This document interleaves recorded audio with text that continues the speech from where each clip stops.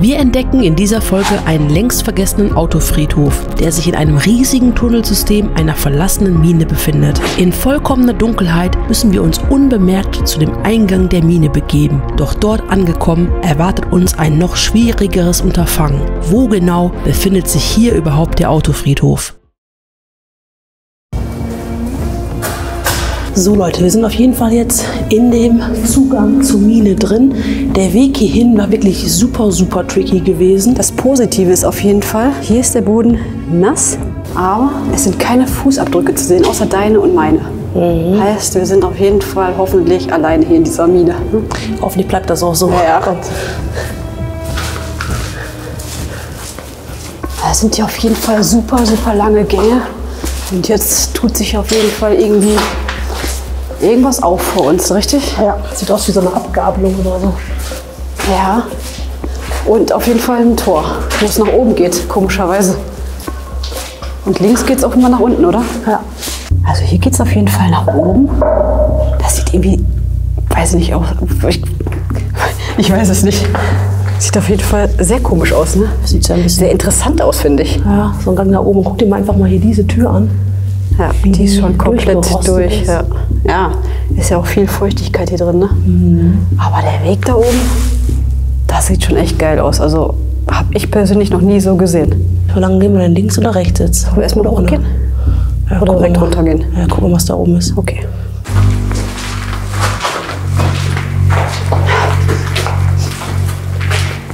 Die Deckenhöhe wird auch kleiner hier, ne? Ja, definitiv. Hier kannst du auf jeden Fall schon dran fassen. Und es riecht hier auf jeden Fall deutlich nach Feuchtigkeit, ne? Aber sieht man ja hier auch.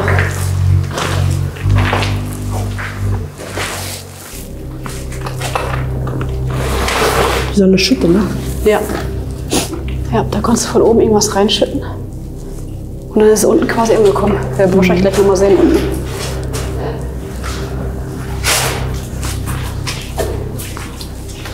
Das ist auch relativ steil, ne? Ja, es ist richtig steil. Sehr komisch.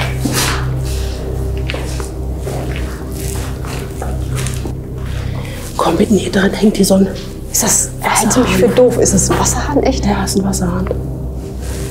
Wofür denn? Ja. Habe ich noch nie gesehen in der Mine. Vielleicht haben die das ja alles nass gemacht, so ein bisschen für den Staub. Das kann natürlich sein, ja, damit es nicht so staubt. Ne? Genau. Unmöglich.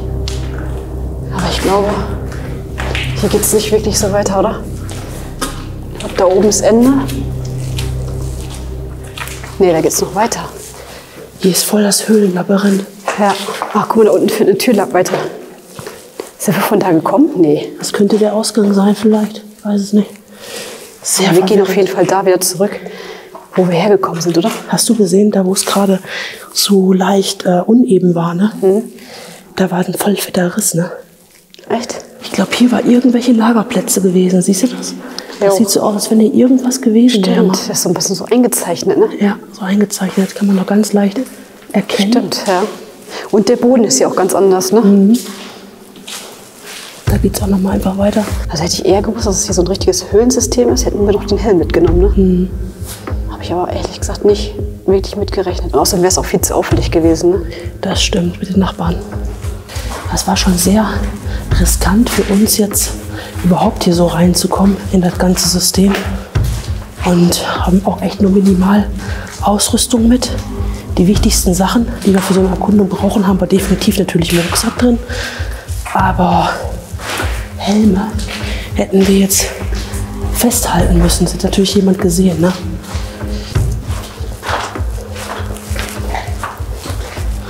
Vom Sauerstoff her wussten wir ja schon im Vorfeld, dass es hier kein Problem sein wird. Oh, guck dir das mal an. Ja. Hier so richtig mit so einem Träger das Ganze hier so gegengestützt. Siehst du das? Richtig heftig, ey. Aber ganz ehrlich, ne? Wenn du da irgendwie dran kommst, kann es wirklich sein, dass er so zerbröselt, ne? So wie der aussieht, der ist komplett schon durch. Ich habe mich schon wieder richtig erschrocken, ne? Warum? Ja, komm mal hier hin. Was ist das? Das da hinten, ne? Ja, leuchtet irgendwas oder reflektiert. Reflektiert, ne? Ach, da hinten steht noch irgendein Gerät. Ja.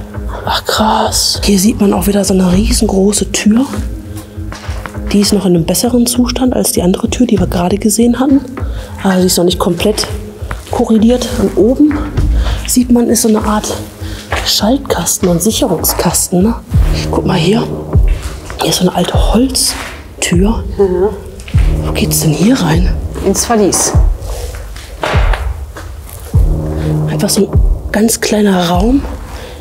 Wir hatten das ja schon mal gehabt, als wir uns so eine verlassene Mine angeguckt hatten. Da waren auch überall so ganz viele Nebenräume gewesen, die meist so als Aufenthaltsräume genutzt wurden damals. Einen Raum hatten wir auch damals mal entdeckt, der war der Sprengstoffraum gewesen. Weißt du das noch? Das war auch Tür, super, super interessant gewesen. Vielleicht finden wir hier auch noch sowas. Boah, krass. Guck mal hier. Ein riesengroßes Und da Loch. oben wurde auch irgendwas runtergeschüttet. Und das scheint das Geröll, was hier unten liegt, scheint von oben gekommen zu sein, ne? Ja, offensichtlich. Guck mal hier. Ein richtig krass großer Lüfter. Damit du immer schön frische Luft hier drin hattest. Ja. Und das Ganze war hier eigentlich mit so einem Gitter zugemacht worden. Guck mal. Ja, sieht man noch ein bisschen was vom Gitter, ne? Der Rest ist einfach hier komplett korrodiert und liegt jetzt hier wie Staub auf dem Betonsockel. Und hier sieht man noch mal ganz gut die Technik mit dem Motor betrieben.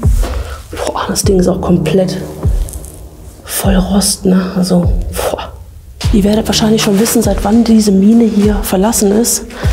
Das weiß ich ja aktuell noch nicht. Weißt du das? Nein. Hattest du auch nicht herausgefunden? Nichts herausgefunden. Nichts herausgefunden, okay. Das deutet darauf Also ich vermute, so seit den 80ern könnte das verlassen sein. Ich glaube schon, ja.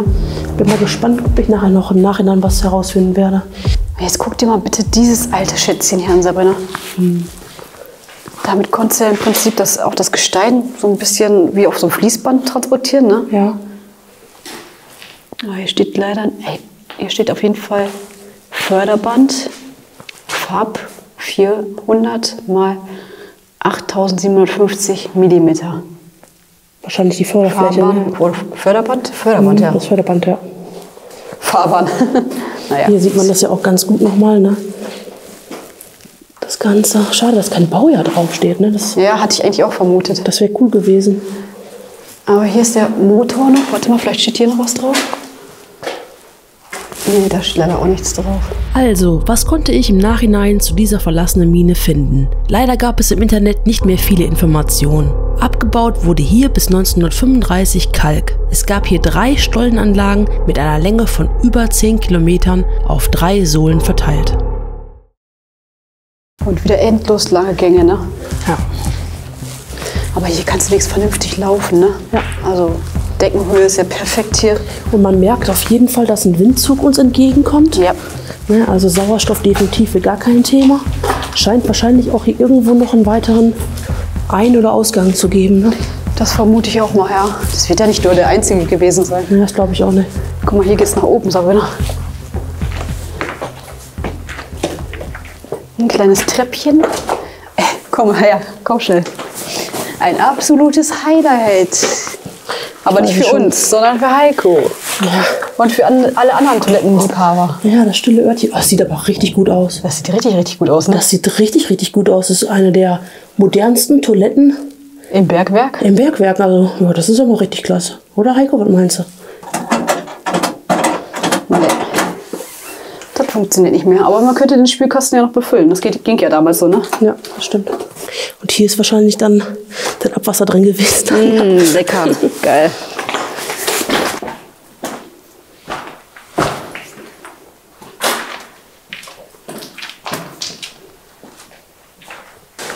Das sieht aus, als ob da Fahrzeugspuren wären. Jetzt guck mal bitte. Ja, stimmt. Seht ihr das links und rechts? Das sieht aus wie Fahrzeugspuren. Aber so richtig breite Spuren, ne? Ja. Also muss ja ein breites Fahrzeug gewesen sein. Aber darf ja eigentlich auch nicht so hoch sein, weil so hoch ist die Deckenhöhe jetzt auch nicht, ne? So, hier ist eine riesengroße Halle. Da vorne ist eine Tür. Boah, ist das hier groß, ne? Ja. Hörst du das? Ja. Das ist aber dahinter, ne? Das ist jetzt nicht durch diese Röhre hier. Das ist dahinter.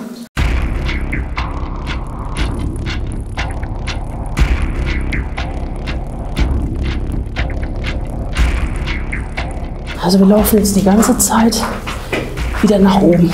Richtig, richtig steil nach oben. Es ist im Endeffekt immer alles so aufgebaut. Man läuft einen langen Flur. Der Boden ist geriffelt. Ich denke mal, dass die Fahrzeuge hier dementsprechend mehr Grip hatten. Und dann kommt man in einen riesengroßen Raum, Halle, keine Ahnung, wie man das genau bezeichnet. Und von dort aus geht es dann wieder links, rechts, geradeaus weiter, genau wie hier. Guck mal, hier geht es weiter, da geht es weiter, hier geht es weiter. Und von da kommen wir. Also man muss wirklich aufpassen, dass man hier nicht die Orientierung verliert. Was ich schon gesehen habe, ist, dass es hier Markierungen gibt.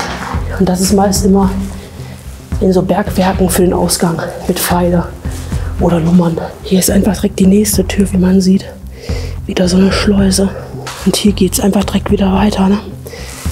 Genau wie da. Und überall komplett dunkle, düstere Gänge, wie man sieht.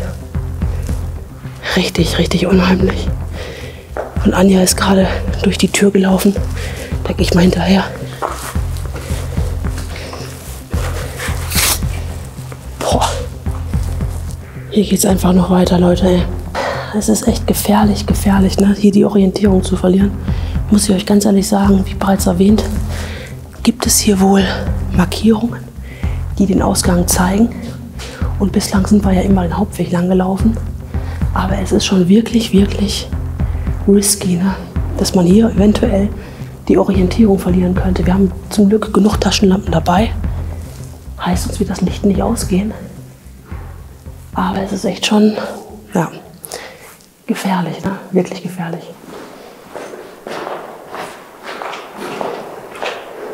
Extrem groß, ne? Mhm. Hast du da vorne gesehen? Nee, wo war das? Doch, da vorne. Warst du da nicht, ne? Nee. Da ist so ein Kreuz mit Teelichtern so gemacht worden. Okay. Aber die Teelichter sind Gott sei Dank schon aus. Spooky, ne? Mhm. Aber hier musst du echt aufpassen, die Orientierung nicht zu verlieren, ne? Ja.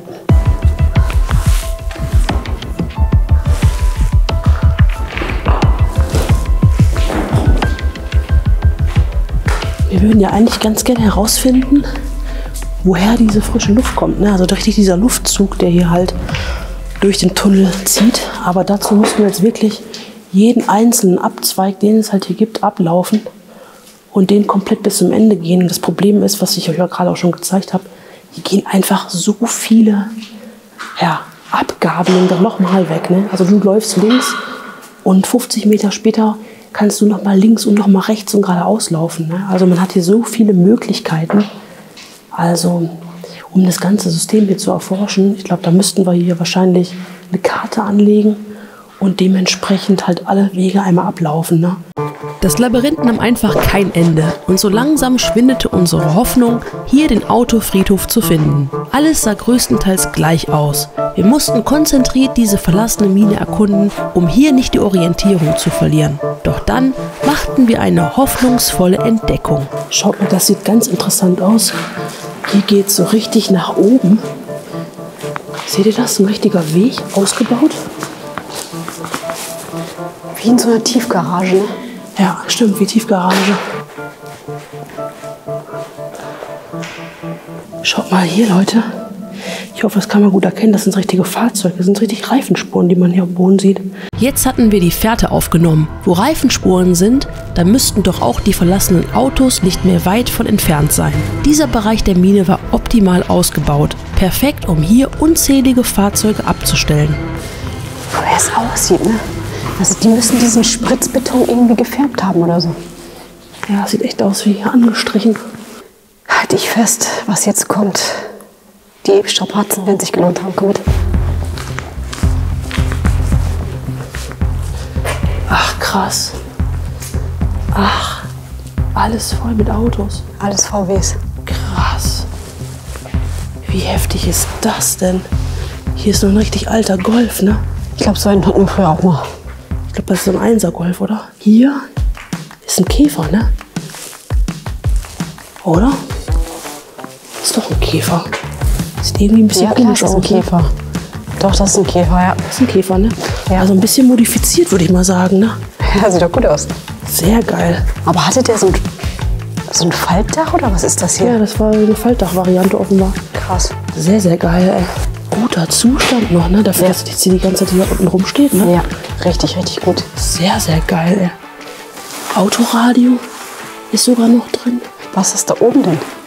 Hier oben drauf, was ist das? Das weiß ich nicht, was da oben ist. Von den Kilometern her hat er über 700.000 gelaufen. Hier hinten noch schön die Pioneer-Boxen am Start. Aber irgendwie sieht das so ein bisschen aus, als wenn das irgendwie so ein bisschen getuned wäre, ne? Ja, ist ja von außen auch getuned, kann schon sein. Weil hier hinten auf der Rückbank, da konnte auf jeden Fall niemand sitzen. Das war einfach nur für Mucke. Und hier diese beiden Öffnungen, dass man hier dementsprechend gucken konnte. Vielleicht war hier noch ein Verstärker oder so angeschlossen. Ich wollte gerade sagen, wir gucken uns einfach mal den Motor an. Aber beim Käfer war der doch hinten, ne? Genau, vorne ist der Kofferraum. Vorne müsste der Kofferraum sein. Guck mal bitte im. Ah, der geht eigentlich. Geht klar. Ja, das ist der Kofferraum, krass. Ja, das ist der Guck Kofferraum. mal, wie der aussieht. Leute, guckt euch das mal bitte an. Hörst du das? Ja, geht echt gut noch, ne? Sehr, sehr gut, ja. Sehr, sehr gut. Macht kaum Geräusche. Ich glaube, das ist nur da oben dieses Lüftungsgitter, was solche Geräusche macht. Aber ansonsten echt richtig geiles Teil, ehrlich.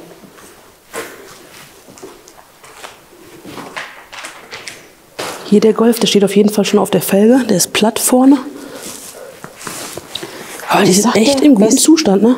Ich sag dir, wie es ist, Sabrina. Genau den gleichen Wagen hatten wir früher. Genau die gleiche Farbe auch. Ich bin gerade überlegen, ist das ein Golf oder ist das vielleicht doch so Nee, das ist ein ein Golf. Jetta oder so, ne? Nee, das ist ein Golf. Meinst du? Also wir hatten zumindest früher einen Golf. Meine ich zumindest. Ja, ich frag mich gerade, ist es echt noch ein Golf oder ist das vielleicht doch ein Jetta? Ich weiß es nicht. Aber wir gucken einfach mal, ob wir hinten irgendwas vielleicht sehen. Ja, oder von der Seite sieht der aus wie ein Golf. Ich finde, der sieht sehr groß aus, ne? Ja, halt Viertürer, ne? Aber ich glaube, wir hatten früher so einen. Also der sieht zumindest genauso aus. Aber vielleicht jetzt bin ich mir doch irgendwie nicht mehr so sicher. Ich gucke einfach mal hinten, ob da eventuell irgendwas steht. Da steht ja immer meist das Modell drauf, ne? Ne, leider steht hier gar nichts drauf. Aber von hinten sieht es immer noch mehr aus wie ein Jetta, finde ich, als ein Golf. Das ist ein Unfallbogen, ne? Oh, hier ist nichts ausgefüllt. Ja, Schade. das ist ein Unfallbogen, den du da gerade in der Hand hast. Ja, es sah für mich so aus, als ob es irgendwie ausgefüllt worden wäre. Aber Das ist halt sowas, was man halt immer ausfüllt, ne? Liegt meist im Handschuhfach immer, so ein Unfallbogen. Können wir mal hier reingucken. schade. Boah, ist der schimmelig. Meine Güte. Kommt auch ein richtiger Schimmelmuff entgegen. Von das Lenkrad, Sabrina. Der hat auf jeden Fall über 300.000 gelaufen. Boah, komm raus da. Komm. Boah. Der ist komplett schimmelig, der Wagen. Der leider. ist komplett, ja. Schade, ey. Boah, da hinten geht's noch weiter. Ist Ja. das krass. Boah. Ey, da oben auch noch, Sabrina. Boah, Wahnsinn, Leute. Oh, hier ist aber da vorne, leuchte mal, da vorne ist ein Der sieht neu modernerer aus, ne? Beetle, ne? Ja. Ich glaube, das ist das letzte Modell vom Beetle, ne? Der da vorne steht. Und hier noch mehr Käfer auf jeden Fall. Leuchte mal da drüben weiter. Ey, da hinten geht's einfach komplett weiter, Leute. Ist das heftig? Als ob die Leute hier reingefahren Ja. wären und irgendwie, keine Ahnung, im Stau gewesen wäre und nie wieder weitergegangen wäre oder so. Wahnsinn, Leute, ey, ist das krass. Ja, aber das ist hier definitiv, das ist hier moderner.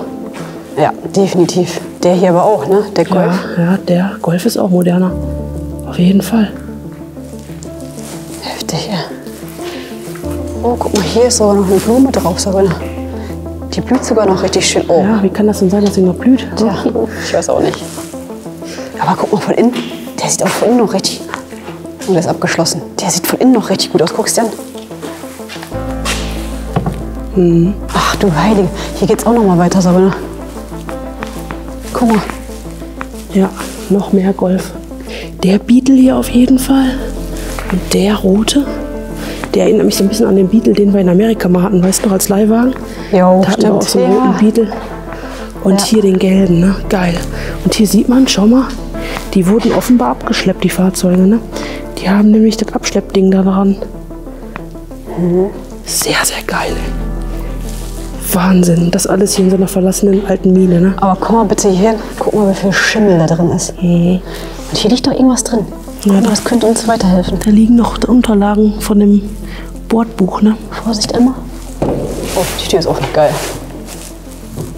Oh, Schimmel. Geruch des Todes. Der Schlüssel liegt da drin, Sabine. Krass. Naja, nur noch ein Teil davon. Der andere Teil ist dann hier. Guck. Wird der trotzdem noch funktionieren? Batterie wird leer sein. Naja. Ja, aber ich meine, den machst du doch in Entzündung, oder nicht? Also, Die Batterie vom Fahrzeug wird auch leer sein. ach so, das meinst du, ja. Klar. Ich glaube nicht, dass die Batterie hier noch... Schimmel des Todes.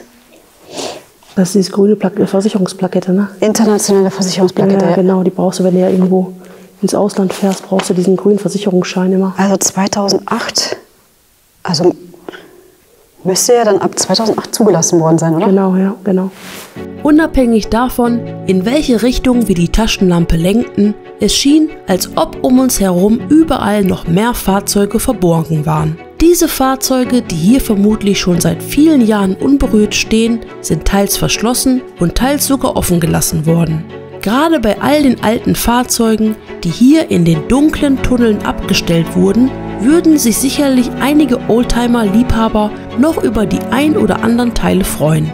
Was jedoch direkt ins Auge fiel, war die Tatsache, dass hier vorwiegend Volkswagen-Fahrzeuge abgestellt wurden, was eine interessante Beobachtung ist. Einige von euch sind ja echte Fachleute auf diesem Gebiet und erkennen sicherlich auf den ersten Blick die einzelnen Fahrzeugtypen und können sogar deren Baujahr einschätzen. Wir würden uns sehr freuen, wenn ihr euer wertvolles Feedback und eure Einschätzung zu den Fahrzeugen in die Kommentare schreibt, um euer Wissen mit uns und der Community zu teilen.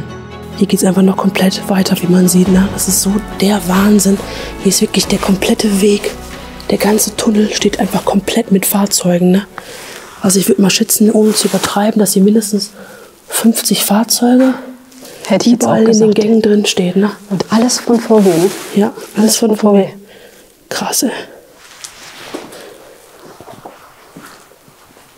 Hier ist nochmal ein Blick in das Heck von dem Käfer, wie man sieht.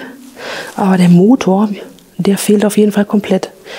Vielleicht sind die Fahrzeuge, die hier hingekommen sind, ausgeschlachtet worden oder so. Hm? Aber sieht für mich nicht danach aus. Ich weiß es nicht. Keine Ahnung. Der ist auf jeden Fall komplett ausgeschlachtet worden.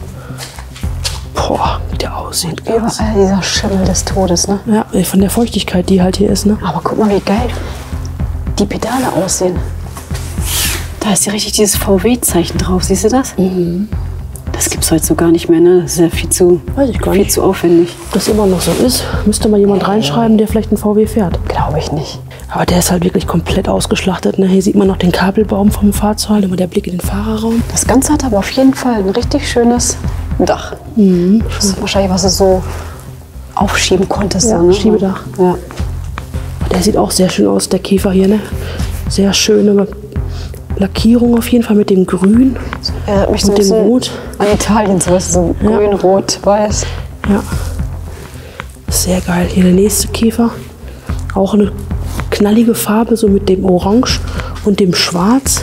Aber die Reifen hier bei dem Wagen, die sehen echt noch gut aus, wie man sieht. Und hier kannst du auch reingehen. Mach mal Tür auf. Der sitzt komplett zerfleddert. Ja, aber richtig, ey. Da war aber, glaube ich, irgendein Tier hier drin gewesen, wie es aussieht. Und wieder komplett ohne Kopfstützen, ne? Ja, wie es früher halt so war, ne? Ja. Man muss auch echt mal sagen, früher war man echt sehr, sehr minimalistisch unterwegs, ne? Also hast du dann wirklich deine Sachen dann noch, das Gepäck oben aufs Dach geknallt, weil der Kofferraum war viel zu klein. Und hier auch an den Seiten, wenn du mal guckst, ne? Da hast du nicht irgendwelche Ablagefächer gehabt oder sowas, ne? Handschuhfach komplett klein. Hier so ein kleines Täschchen. Ich weiß gar nicht, ob man das hier... Nee, auf der anderen Seite ist dieses Täschchen. Ne? Also bei uns im Auto kannst du links, rechts, geradeaus, hinten, Getränke vorne, überall hinstellen, überall was Ablagefläche. hinpacken. Ne? Ja. Genau. Und hier hast du im besten Fall ein Atlas unterm Sitz liegen und deine Fahrzeugpapiere im Handschuhfach. Ja. Und dann war's das. Und das Gute war gewesen, in diesen Fahrzeugen ist noch wenig Elektrik verbaut. Ja, aber du konntest alles selber machen. Wie geil ist das denn? Ja. Du konntest einfach alles selber machen. Heute muss ich, wenn ich mit meinem Auto, da funktioniert die Lampe nicht, dann muss ich dann zur Werkstatt fahren. Und dann bezahlst du dafür erstmal, weiß ich nicht, wie viel, weiß ich nicht mehr, aber ne, du musst dafür auf jeden Fall ordentlich Geld blechen, weil ist ja Arbeitszeit und Material kostet natürlich auch. Und früher konntest du einfach alles selber machen. Ach, du glaubst das nicht, ne? Da hinten geht es einfach noch weiter, Leute. Ja. Noch mehr Fahrzeuge. Da denkt man, hier ist Schluss, weil man hier nichts mehr sieht und dann geht es da hinten einfach nochmal weiter, ne? Ja, das Heftige ist, Leute, es geht hier einfach noch mal weiter, ne? Ich dachte ja, jetzt hier wäre irgendwie Ende. Das wären jetzt die letzten Fahrzeuge, aber hier drüben, da geht es einfach noch mal komplett weiter. Ja. Ey, das ist so krass. Und ich bin mal gespannt, ob es da hinten nach der Tür auch noch weitergeht. Oh, guck mal, diesen Spiegel konnte man hier schon einklappen. Das ist ja richtig Hightech fast gewesen, oder? Hier nochmal so ein richtig schöner alter Käfer. Und guck dich mal bitte diese Spiegel an. Ne. Geht nicht weiter? Also hier ist auf jeden Fall das Ende. Hey, das waren jetzt locker mindestens 60 Autos, oder? Ich glaube, ich werde einfach mal durchzählen. Ja, das durchzählen. Ja, das interessiert mich jetzt, ja. Krass, ey. Echt krass. Warum sind die alle hier? Könnte ich dir jetzt beantworten, aber ich glaube, du recherchierst lieber selber, weil ich nicht die 100%ige Gewissheit habe, ob es wirklich so ist. Ich gucke mal, ob ich dazu was finde. Meine Vermutung ist gerade, dass hier irgendwo vielleicht eine Autowerkstatt ist oder irgendwas oder ein Schrotthandel und die Sachen hier irgendwie, ne? Du schüttelst schon mit dem Kopf. Nein, nein, nein. Also laut meinen Infos nicht, nein. Also Leute, egal was ich herausgefunden habe, ihr werdet es auf jeden Fall erfahren. An dieser Stelle möchte ich euch mitteilen, dass ich die von Anja gehörte Theorie nicht bestätigen konnte. Trotz intensiver Recherche konnte ich keine Informationen finden, die erklären, warum sich dieser Autofriedhof in der Mine befindet. Für mich persönlich bleibt die Vermutung am plausibelsten, dass dieser Stollen der Mine von Autoschraubern oder einem Schrotthändler zu einem späteren Zeitpunkt zweckentfremdet wurde.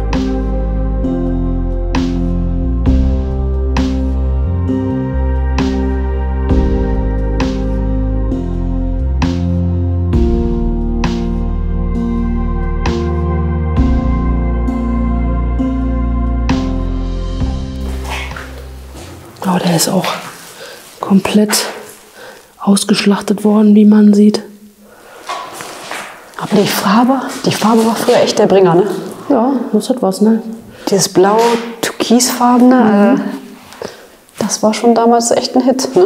Und offenbar auch mehrfarbig, ne? Sieht man ja hier irgendwie immer wieder. Das hat so eine Racing-Optik, finde ich irgendwie, ne? Dieses Weiße zum Beispiel, jetzt mit dem Grauton dabei. Ist das nicht eher ein Blauton? Und auch hier komplett ausgeschlachtet, der Wagen, wie man sieht. Ne, ist tatsächlich grau. Dieser Minimalismus hier, ne? Ich finde es echt irgendwie geil. Also, keine Ahnung, ne? Dieses Lenkrad, allein das schon anzufassen, ne? Das ist so dünn einfach und hart und überhaupt nicht bequem. Und dann hast du hier so eine Miep-Miep-Hupe drin gehabt, so eine 0815, ne? Ja. Gibt es heute einfach nicht mehr, ne? Heute hast du den puren Luxus von erstmal ein Lenkrad, viel bequemer, ne? So ein Servolenkung vor allem. Servolenkung, genau. Du musstest da nicht mehr dir die Arme ausrenken da halt, ne? Und hattest solche Muckis. Ja, was nicht alles gibt, ne? Also du hast ja alles am Lenkrad, ne? Also Multifunktionslenkrad. Bei den neuesten Autos auf jeden Fall, genau. Guck mal hier, Leute, hier ist der Motor einfach noch komplett da. Und, wie gesagt, hinten im Kofferraum, ne? Naja, klar. Aber der Motor ist noch bei dem Wagen da. Dafür ist aber der Rest vom Fahrzeug sehr ausgeschlachtet, ne? Innen drin ist eigentlich gar nichts mehr. Und was mich ein bisschen erstaunt ist, bei den Käfern hier, da haben sie die Scheiben alle mit Bauschaum hatte ich auch schon gesehen. Gemacht, ne? Sieht auch ein bisschen eigenartig aus, warum das wohl so war. Wofür, genau. Das würde mich auch interessieren. So notdürftig irgendwie eingebaut, finde ich. Sieht das so aus, ne? Keine Ahnung. Gute Frage, nächste Frage. Ja, wer vielleicht Ahnung davon hat, schreibt es gerne mal in die Kommentare, warum man so hilfsdürftig, sag ich mal, die Scheiben einfach mit Bauschaum fixiert hat. Ja, vor allem sind die ja trotzdem alle von innen schimmelig, ne? Ja. So Leute, wir sind am Ende angekommen. Wir haben, denke ich mal, alle Highlights gesehen dieser Mine. Das war ja wohl mal ultra krasses Highlight. Wenn euch das Ganze gefallen hat, lasst auf jeden Fall noch ein Like da. Schreibt weiter unten einen Kommentar und schaut euch jetzt diese Playlist an. Da haben wir auch noch verlassene Bergwerke erkundet und wirklich coole Sachen entdeckt. Und dann sehen wir uns bald wieder und bis dahin. Ciao, ciao. Ciao.